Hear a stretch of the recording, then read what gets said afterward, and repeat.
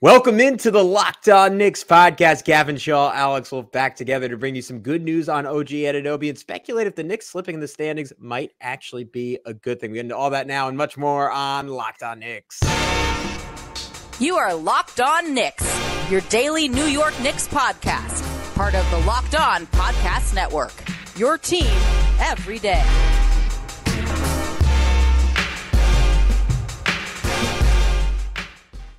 You are Locked On Knicks, your daily New York Knicks podcast. I wanted to thank you for making Locked On Knicks your first listen today and every day. If you want to join the elite ranks of an everydayer, you can do so by subscribing on YouTube and hitting that notifications bell to ensure you never miss a chance to see our smiling faces on a day-to-day basis. But if you say, hey, I love you guys, I don't love your faces, there's this thing called a podcast. All you have to do is hit the auto download function to enjoy that every single day. But who's talking to you? I'm Gavin Shaw, your favorite play-by-play broadcaster's favorite play-by-play broadcaster. He is Alex Wolf, editor-in-chief, EIC of The Strickland. You can check them out on all forms of social media at thestrick.land. And Alex, because of those play-by-play responsibilities, we haven't gotten to spend a lot of time together the last week or so. I missed you, buddy.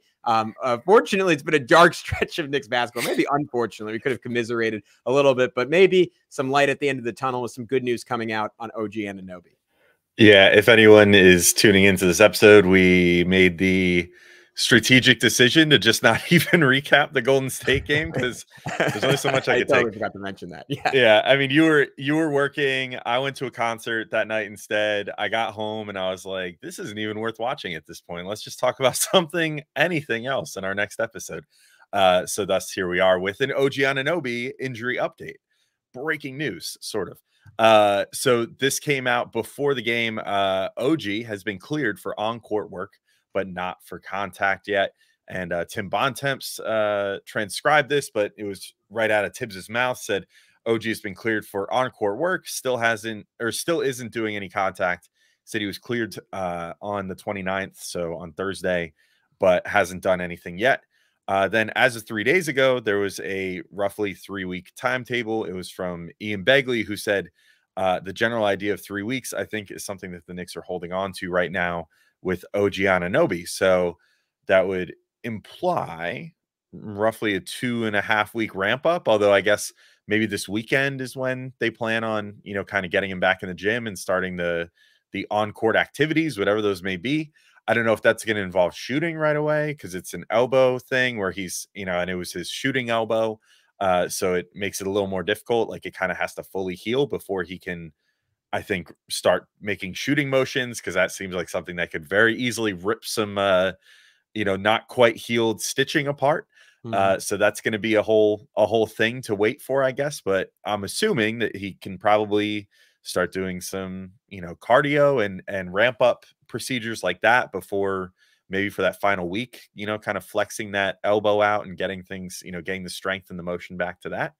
But either way, Gavin, I think this is pretty good news on the OG Anunoby front, even if we unfortunately have not really gotten any updates on Randall yet, which it almost feels like I have this weird feeling that almost like by the time that this episode comes out, maybe there will be a Randall update or something, because that's how things usually go. But we haven't heard anything on Randall in the recent last few days to a week or so.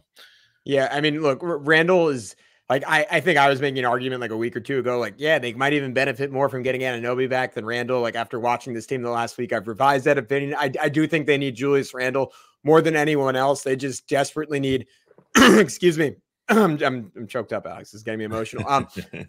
They desperately need someone other than Jalen Brunson who can create a shot just in any form or fashion. And even Julius Randall, there was this really pretty good article from Stephen Bondi talking to Channing Frye, who had the exact same injury, just about how much pain Julius Randall is going to be in. But one thing we've never really questioned with him is his toughness and his ability to play through pain. And at least it sounds functionally he should be able to operate unless it pops out again.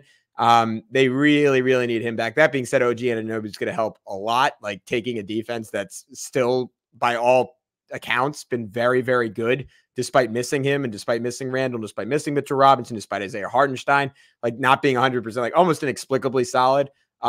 He's going to take that up another level. And offensively, I think the most encouraging thing with Anunoby is we started to see him find some rhythm as a shot creator the last maybe 7 games he played, like where he was starting to get to that spin move and that step back, like mid-range jumper, and was starting when he had the right matchup, like to just bully his way all the way to the rim. Offensive rebounding, he can make a pretty substantial impact. So point is, like, I know I'm saying the obvious here, the Knicks really need Anunoby. The biggest thing is just to your point, like shooting, being able to take contact, and also like I'm sure he's been running this whole time, but like anyone who's ever played basketball, basketball cardio is a little bit different than regular cardio. So just making sure he's up to speed with that. Yeah, and I made this point the other day. I actually think that the Knicks could benefit from OG coming back in the sense of it might give them the leeway to start Bogdanović and move Hart back to the bench.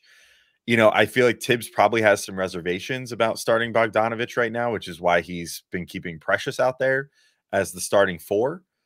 But if you get that extra bit of defense with Anunoby, and Tibbs was showing some, I guess, comfort level with playing Anunoby at the 4 a bit before, he had to ultimately go out with the injury.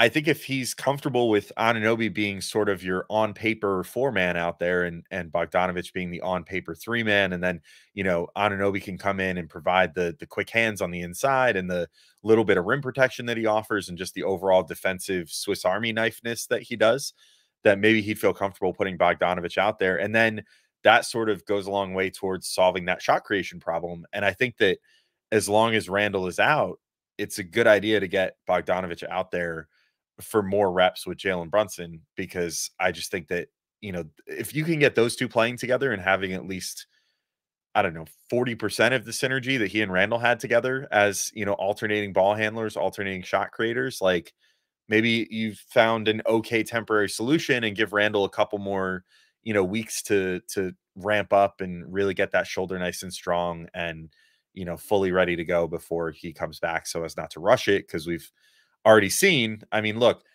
these guys, athletes always want to go back as soon as they possibly can. They look out for their bodies, and they, I think some of them are acutely aware of like looking out for their body in terms of their career and whatever, but also a lot of guys just want to get back on the floor as soon as they can. And Tibbs especially seems to have no issue with that. Like there was a quote from Isaiah Hartenstein just after the game the other day that was like, yeah, I probably came back too soon, but the team needs me right now, so I'm here and I'm trying to ramp back up and start playing more minutes again. And he's like, but I probably could have used sitting another like 2 weeks. Yeah. And it's like, can we talk about that for a sec? Like I'm almost of the opinion like they should maybe just sit him for like 10 games, and we'll get into like anyone who sees our show notes here, like maybe it won't be the worst thing in the world if the Knicks fall down in the standings a little bit. But to me, like the single biggest factor there is like you're talking about starting Bogdanović. Like I think having 100% version of Hartenstein is maybe even more important than having Anunoby back. Like you just need a mobile rim protector.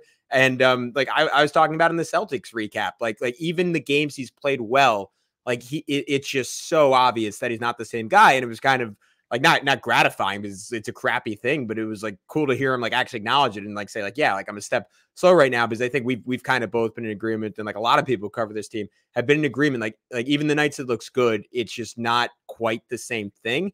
And I think the best version of him plus Anunoby out there, like you can have Bogey out there and like it's not going to murder you. And of course, like maybe the Knicks are just waiting until Mitchell Robinson is back, and like there was a cryptic Instagram post indicating that maybe that's a little bit sooner than some of us think. But if if Mitch is back, I would sit Hartenstein like 15 games, 15 games, whatever it is. If the doctors think that'll ultimately help him like get 100% for the playoffs, because I think they need the best version of him as much as any of these other guys. Yeah, it's always nice to have a good cryptic Instagram post, right? Yeah, that's rare, right? Especially from Mitchell Robinson. Yeah, Mitch, it's usually something sad, man. I always feel bad whenever Mitch puts something out. It's usually like, man, I'm really down right now. It's like, I feel like Mitch really loves like Sum 41. Like I feel like he's listening to like a lot of like emo, like pop, like early 2000s. Yeah, some My Chemical Romance or something. Yeah. I don't know, but yeah. Yeah, I think if they get Mitch back and then they can sort of have Mitch get ramped up, start Precious at the 5 maybe, and have Mitch play the like 15-minute reserve role or whatever for a bit while he gets his win back, and then you can afford to maybe play Jericho Sims some minutes here and there like as you need, just to kind of fill in the rotation. And then have Hartenstein get that time to rest. I agree with you. I think that would be really useful. Like, I think he just sees what's going on right now and is like, if I can play, I should, because we have so few bodies, and it's admirable, but maybe a little foolish, and something that, again, is not necessarily going to, get shut down by Tibbs, because Tibbs is always kind of like, well, if your leg ain't falling off, you can get in there, like it's fine. And I'm really impressed, honestly, with the fact that he's even shown like any restraint with Hartenstein's minutes and didn't just ramp him straight up to like 45 minutes again, like he did the last time when Hartenstein was hurt, and then he tweaked it again. So yeah, it was like you said, it wasn't like good to hear that, but it was at least, it's good that our eyes aren't lying to us, that there is definitely something off with Hartenstein, and maybe the Knicks should take note and give him a little bit of time. But Gavin, I've got an interesting, well, I don't really have a theory. I saw it floating around on Twitter today. I'm not gonna lie, but there was an interesting thing going around on Twitter today where people were discussing the merits of possibly dropping down in the playoffs, which is crazy to think about, because you would think that would not be something that the Knicks would want to do. But there is a world where maybe it actually kind of makes their life a little easier. And we're going to talk about that in just a second. But first, do you want to let everybody know about our good friends over at FanDuel? Get buckets with your first bet on FanDuel, America's #1 sportsbook. Because right now, new customers get $150 in bonus bets with any winning $5 bet. That's $150 is a lot of money, so I have to say it that way. If your bet wins, bet on all your favorite NBA players and teams with quick bets, live same-game parlays, exclusive props, and more. One of those exclusive props is NBA championship odds. I was telling you, mostly because it was relevant content, to put some money on the Knicks when they were like plus 6,000. They're all the way down to plus 2,300. I know things haven't looked so good the last few weeks. I would maybe hold off a week because it's going to get worse before it gets better. And then I would put some money down on the New York Knicks, because I think they are a team that is ultimately built for the playoffs more than the regular season. Who do we want them to face on that ride? We'll talk about that in just a sec, but we want you to visit FanDuel.com/lockedon and shoot your shot. FanDuel, official sportsbook partner of the NBA. And we are back on Locked On Knicks. Alex, I've been mulling over a similar idea the last few days. My gears started turning a little bit when we talked to our buddy Evan Damrell over at Locked On Cavs, and I was thinking, like, all right, best case scenario, like the Knicks are the 3 seed, right? Because they get to avoid the Boston Celtics. As of now, they'd get the Orlando Magic in the first round. And look, the Magic have had the Knicks number this year, but they've also been extremely lucky in the sense that the Knicks have had a myriad of injuries in all those games. I think that is a super duper winnable first round series for the Knicks. Like, I would be shocked if the Knicks are anything close to full strength that series went anything more than, I'll say 6 games, but really 5 games. You get the Cavs in the second round. We know that's a very winnable matchup for the Knicks. So that's the best case scenario. But if realistically you're not going to get a top 3 seed, is there a case to be made that they'd be better off 5 or 6 or 7 versus 4? Yeah, and this is, something that is going to keep coming up for the rest of the season, because it's, we're getting into the point where there's a month and change left. So, there's going to be seeding implications every single day of the week. After every single game, we're going to be seeing standings pretty soon, just being like, all right, here's the playoff picture as of today. Here's what needs to happen, whatever. The playoff picture as it stands right now, which is why I think we're sort of framing this as, like, hey, where do the Knicks want to be from like 4 to 8 rather than in the top 3, is what was once, a mere game or 2 out of the Knicks' grasp, the 2 or 3 seed. And granted, this can all change, in the course of a week or 2. It's the Cavs, and then, well, the Cavs are playing really good, but like the Bucks, Doc Rivers as the coach, maybe they slip a little bit. Who knows? But as of right now, the Knicks are 4 games behind both the Cavs and the Bucks in the standings. Now, they are barely ahead of the Sixers, Magic, Pacers, and then just slightly more barely ahead of the Heat. So they're only a game ahead of those first 3 teams, and then a game and a half ahead of the Heat for the 8 seed. So between the 8 and the 4, there's only 1.5 games of space, which is crazy. It's the parity in the East this year in the top 8 is about as good as I can ever remember it being, which probably has something to do with the fact of how bad the worst teams are, which is a whole other story about just how tanky it's been this year, ironically, in a not great draft year. But anyway, Gavin, the Knicks have the 16th remaining, 16th most favorable remaining strength of schedule per tankathon. So pretty much right in the middle of the pack. You know, you may as well just say that they're right at the middle. However, I think that if there was context added to that, 2 of those games are back-to-back against the Sixers in a little over a week, and the Sixers are the only team in that top 8 that are sliding as much as the Knicks are right now. Also at 3-7 in their last 10 games. Obviously, not enjoying life without Joel Embiid, because why would they? He's the MVP for a reason, and so the Knicks will get 2 games against the Embiid-less Sixers, which is a team that they already beat immediately coming out of the All-Star break pretty handily. So maybe one of the only teams the Knicks can comfortably be like, well, this is a playoff team that we're definitely better than at this moment, if they're not fully healthy yet. But so the real question, though, becomes, should the Knicks want to hold the 4 seed? Like, is this even a thing that they should want? Or should they potentially want to get the 6 or 7 seed? Which is kind of an interesting thing to look at, because if they end up the 4 seed, as of right now, they'd be matched up with the Sixers. But assuming that things keep going poorly for the Sixers as they don't have Joel Embiid, and the Knicks get healthier quicker than we think maybe, or something like that, and are able to kind of pull things back together to stay the 4, they're probably going to end up with either the Heat, the Pacers, or the Magic if the Sixers continue their slide, which the Heat especially would be a nightmare matchup, I think. That's just not who you want to see when they're starting to hit their stride and everything else. And then they would get the Celtics in the second round if they're even able to make it past that first round. If they go in as the 7th seed or the 6th seed, I'll just throw that in too.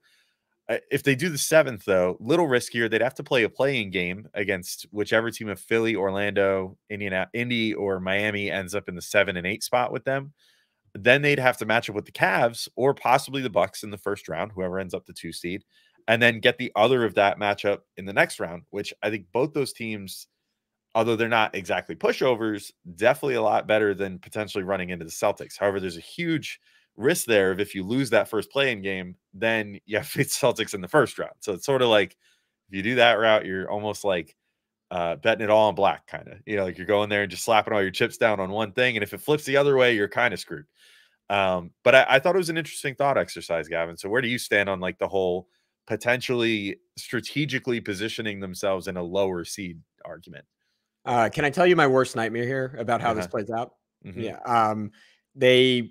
They get the Hawks in a playing game, and Trae Young just comes into MSG and drops like 50, and the Knicks lose.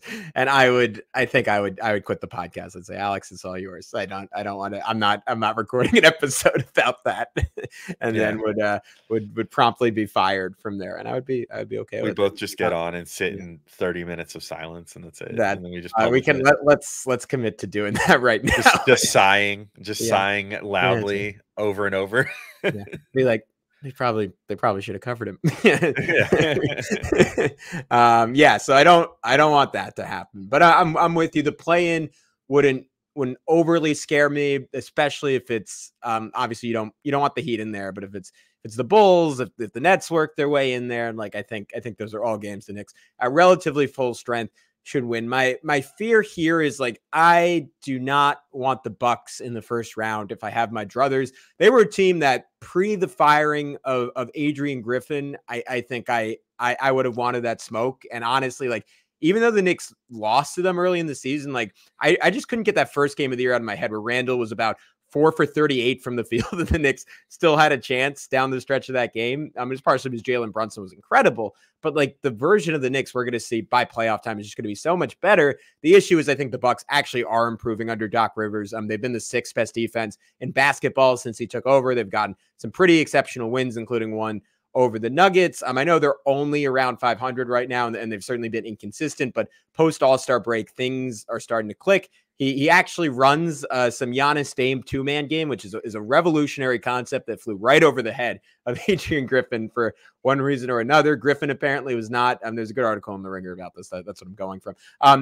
Griffin apparently was like not like communicating defensive game plans to them in detail. It was just sort of vague about everything. So even if Doc Rivers is not the perfect coach, I would argue this is the case of perfection is the enemy of good, and a Bucks team that is just competently coached with a healthy Chris Middleton. Like, even if you like the matchup for the Knicks, like that I don't really want to see Giannis like before I have to. Now, if there's a world where they, to your point, like they fall to 7, they win the play and they get the Cavs, like give me that all day. I think Cleveland is substantially better than they are last year, but even when I asked Evan about it, like he mentioned it was an emphasis. He mentioned that Jared Allen put on some muscle over the summer. Like, I just think there's going to be fear in Jared Allen's eyes if Mitchell Robinson walks out to take that tip across from him. Yeah, not to mention Isaiah Hartenstein, who basically just does what Mitch does now on that end as well, and is proven to be with the German accent, so it's even scarier. Not really. He doesn't have much of an accent. Oh yeah, I guess he was born in America. Yeah, but maybe in the playoffs, so like he'll play it up a little. That's true. He could play it up. There's it is a pretty it's a pretty harsh language the way that it's spoken. It could be pretty intimidating if he knows some. But yeah, I think one of the main things for me when it comes to this whole thing is the idea that it kind of like what we were just talking about with Hartenstein, like, is it worth sacrificing some seeding to bet on getting this team fully healthy and putting the team that went 14-2 in January on the floor fully healthy, regardless of home court advantage, regardless of playoff seeding, whatever, and just saying, like, we feel so good about this team, plus the additions that we made at the deadline that have never really gotten to play with this team full strength yet. We feel so good about this group that we've got that we're willing to throw away some more games in the regular season if it means being fully healthy for the playoffs, because that team could be that good. I think that ultimately is where I come down as being the most appealing thing to me with this like strategy, if you want to call it that, is if the Knicks hold Randall and Anunoby out longer and then can at least get them like 5 games prior to the playoffs to warm back up, even if they're in the play-in, there's not a team in the NBA that I wouldn't think the Knicks could win a play-in game against then, in a 1-game winner-take-all scenario. And then there's very few teams that I think, if they're fully healthy, could really hang with them in a 7-game series. So I would have very few worries about that too. So I kind of feel like that should just be their number one priority no matter what, as long as things do not reach the point where it looks like somehow against all odds they lose every single game for like 2 weeks or 3 weeks or whatever. And it starts getting dire where you're thinking, oh no, are they like going to straight up miss the playoffs? But honestly, the way that the standings are in the 9, 10, 11 spots, it would be so difficult for that to happen for them at this point. It's almost borderline impossible already. Yeah, just for context, currently 6.5 up on the Bulls for 9th, and they are 8.5 up on the Hawks for 10. So that's and that would mean that the Bulls and Hawks would need to start actually winning too, which it just doesn't seem entirely likely. Yeah. So yeah, I think that's the biggest selling point though to this whole like theory to me, I guess. Yeah, I think it's a good case. The only thing I wonder with Randall, and obviously there is science to this that is probably beyond my comprehension. Like it just seems like as long as you hold them out, if there is no surgery, like their pain is inevitable and like re-injury risk is inevitable. And clearly there's a reason that he's not back yet, and like continuing to rehabilitate it is going to make the odds of those things lower. But I wonder, like with him, how much that helps, and with Anunoby, I'm genuinely not sure as well. Like Hartenstein is the guy I'm totally on board for that for. Like I would just, because it's clear, like they tried like sitting him and then bringing him back fast, and that has clearly not worked. So I would sit him right now if they have to. And hopefully the Knicks are able to time this out where like some guys start coming back and they can kind of balance that, and like they can even give Jalen Brunson a rest day here or there. And I think all that will make a significant difference. But Alex, before we wrap this up by ranking the teams we'd most to least want to see the Knicks face in the playoffs, would you mind telling us about our buddies over at Prize Picks? Why, yes, Gavin, I would love to, because Prize Picks is America's #1 fantasy sports app with over 3 million members. They're the easiest and most exciting way to play daily fantasy sports. It's just you against the numbers. You pick more or less than on 2 to 6 player stat projections and watch the winnings roll in.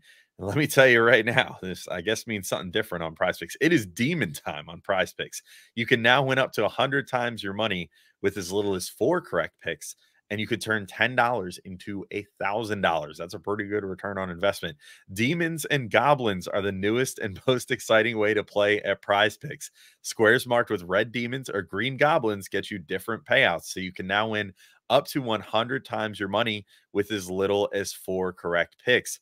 And Prize Picks also, if you haven't heard about this, offers injury insurance, so that your entries stay in play even if one of your players gets injured.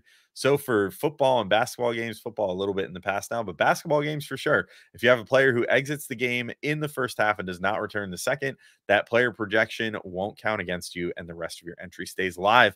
PrizePicks is the only daily fantasy sports platform with an injury insurance policy. And let me tell you, there's nothing worse than fantasy sports than injury. So it's great to have that.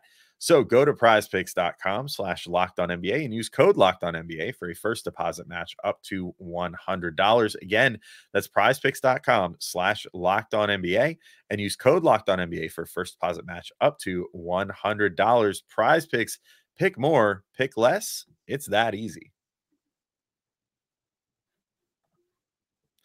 All right, Gavin, we're back into now that we've sort of outlined our thoughts on whether we think it could be advantageous for the Knicks to drop some spots or whatever. Part of that whole argument is that there are certain teams that we think that regardless of seeding would be better to face than others, which is why we're now going to rank the teams that we want the Knicks to see in the playoffs from the team that we least want them to see, aka what we think the most dangerous team is, all the way down to the team that we most would love the Knicks to see in some capacity in the playoffs, which possibly would be the play-in, I guess, once we get to the very bottom of the list. But Gavin, I think we're both in agreement that the Boston Celtics are the team that we do not want to see in the playoffs, and is where this whole idea of possibly being a 6 or 7 seed even finds its legs.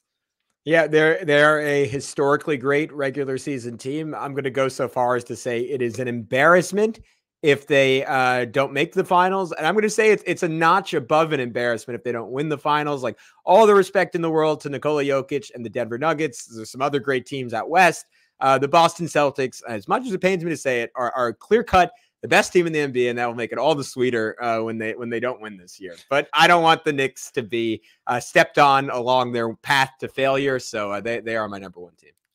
Yeah, they're my number one too. I mean, they're really good. They have just a crazily balanced starting lineup and just so many different things they can throw at you to make it all the more painful. The guy that is really, I think, the biggest difference maker in the whole thing is Porzingis this year. Yeah.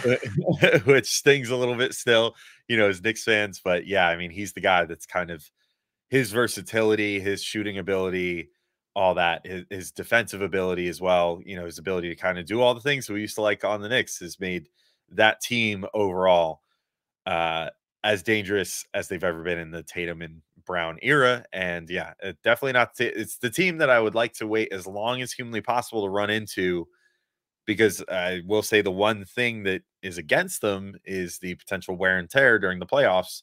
Their two biggest additions in Porzingis and Drew Holiday have a history of injury issues. And, Holiday especially is getting up there in age or whatever. And, the longer you can wait to see them, the more chance there is they're a little more dinged up. Someone needs to miss a game or something during a series, and that could potentially swing it if the Knicks end up having to face them. So, but they're by far the one I want to see least.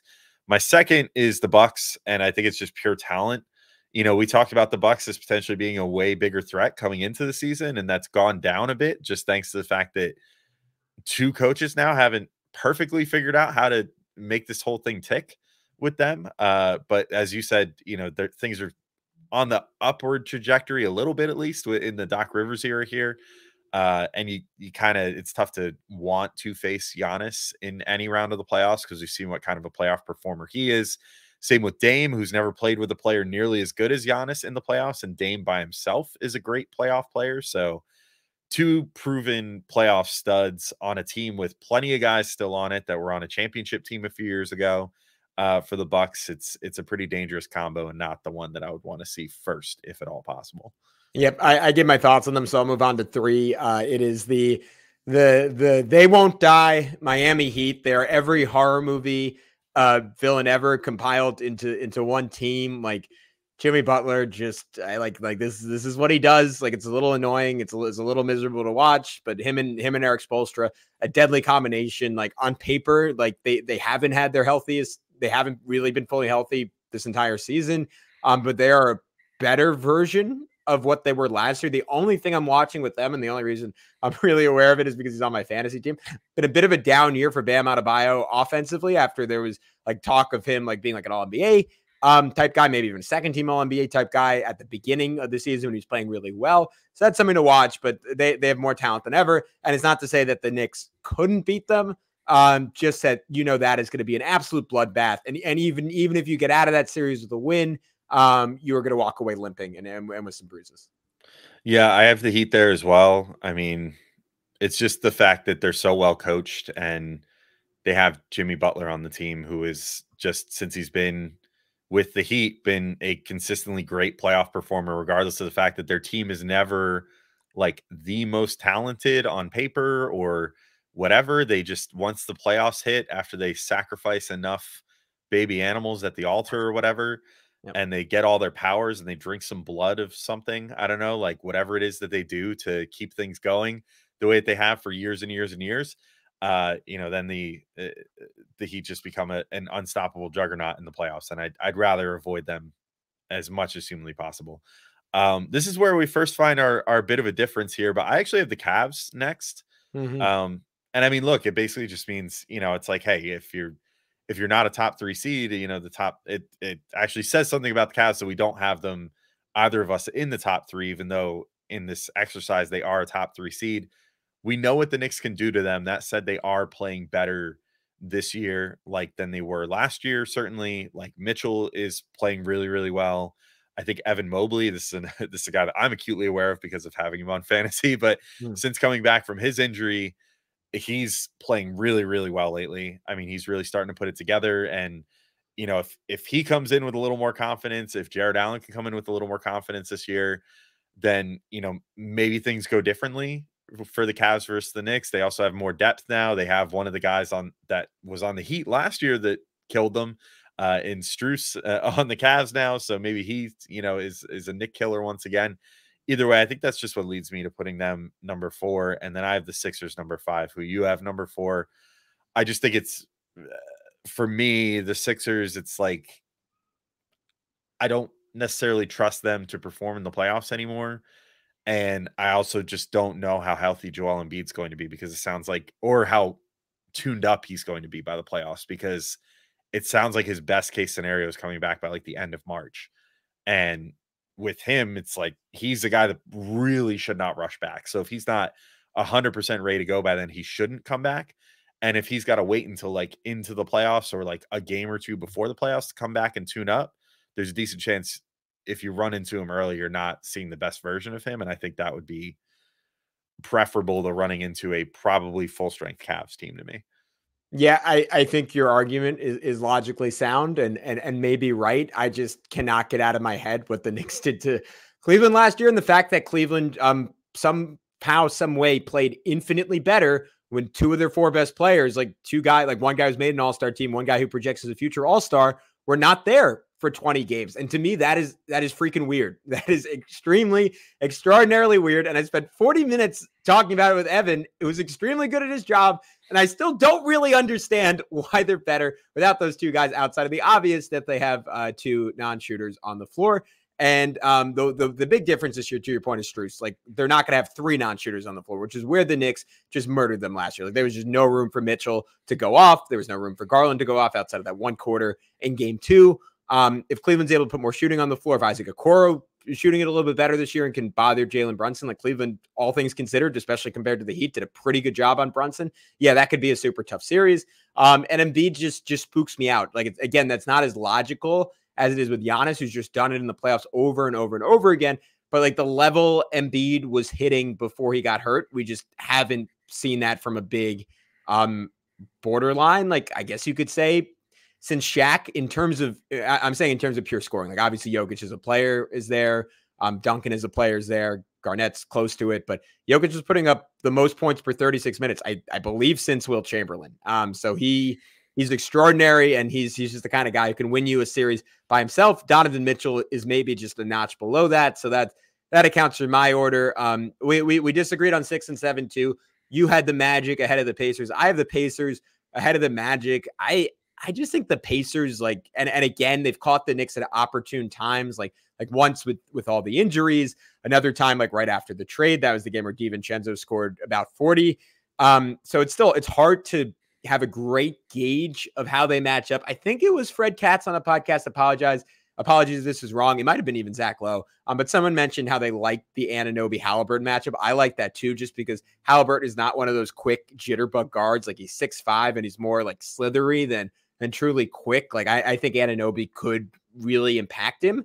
But just the Pacers' pace, all the shooting they put on the floor. I think it's the fact that it's a high possession, like high 3-point shooting game that just makes me think there's like a lot of variance baked in to playing the Pacers. Where the Magic, I think, are excellent. I just think they're too young. Like, I don't really see a world where they challenge the Knicks. And I think they're going to be very similar to what we saw from the Knicks in last year's playoffs, where even though they don't have a great regular season offense, their offense just totally dies come playoff time. Yeah, I guess we'll see. I mean, I think I agree with you that with the Magic, it being sort of their first rodeo could be a little dangerous, but it's kind of the Pacers' first rodeo too, for many of them. Fair point. Yeah. Not for Siakam, obviously, which is probably why they went out and got him. And Turner has seen the playoffs a few times, but not recently. So, it's like they're not totally unproven, but it's going to be Halliburton's first playoffs. So, I mean, there's that to consider. But yeah, I just think for me, I see the Pacers style translating less to the playoffs, just because they play sort of like the teams that play just like the speedball space and pace type game almost never make it all the way in the NBA, just because you need to have something for when teams decide to just fully lock in for the entire 48 minutes. And there's no more of those gimme transition opportunities anymore. Everyone's running full bore the entire game, trying to win a championship. Eventually, like, those teams always fizzle. We saw it for years. Even the best team, like, of all time to ever run that way, the Phoenix Suns, in like the mid to late 2000s, like, never managed to get over the hump, just because it was like some team would always just punch them in the mouth, literally or figuratively, at the end. And, they would just not be able to make it all the way. So yeah, they just scare me a little less. The Magic, I think it's mostly just that they've had the Knicks number even when they've been healthy. And that scares me a little bit. Granted, it was a different Knicks team like earlier in the season that they ran into. So, and then I think the last time they played him, it was after the injuries that started hitting some. Yeah. So it's, it's not entirely like a perfect comp or whatever, but the Magic, the way that they play scares me a little more. And the fact that they have the size and the physicality and stuff. Then we don't have to talk much on Hawks and Bulls. I have the Bulls ahead of the Hawks, mostly just to disrespect Trae Young. That's pretty much it. But either team, I don't really care. Swap them both out. They're 8A, 8B, 9A, 9B. It doesn't matter. Yeah. My only thing there is that Atlanta like legitimately pushed Boston a little bit after it seemed like Boston was going to sweep them, and then in Game 6 it was getting a little dicey, and like they just could not stop Trae Young. Like whatever you want to say about the guy, like on the right night, like he's scary dude to go against. I'll reluctantly admit that. And I just kind of DeMar DeRozan is awesome, but I don't have zero respect for the Chicago Bulls, and we'll let Locked On Bulls replay that clip ad infinitum if the Knicks lose to the Bulls in a playoff game. On that really somber note, he's Alex Wolf. I'm Gavin Shaw. We'll be back next week. Still like a big run of broadcasts for me, so hopefully we'll get in a show or two together. But then in 2 weeks, we'll be back together full time. But until then, we'll talk to you very, very soon on Locked On Knicks.